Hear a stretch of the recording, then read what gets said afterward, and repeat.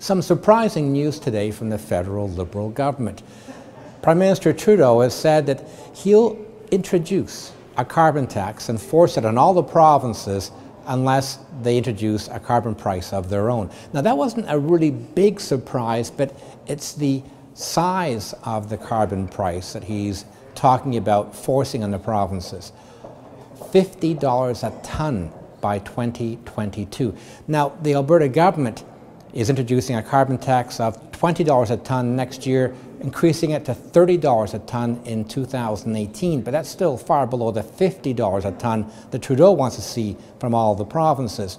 And so Premier Notley, even though she says she's in favour of a carbon tax, in favour of a national carbon price to reduce emissions, she's saying Alberta just cannot afford $50 a tonne carbon tax. So she is telling the federal government, fine, if you want to impose that on provinces, especially Alberta, you'd better then start approving pipelines.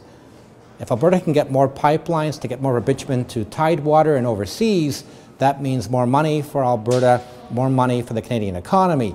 And she's saying then maybe provinces like Alberta can afford that new carbon tax, but otherwise she'll be pushing back. I'm Graham Thomson with the Edmonton Journal.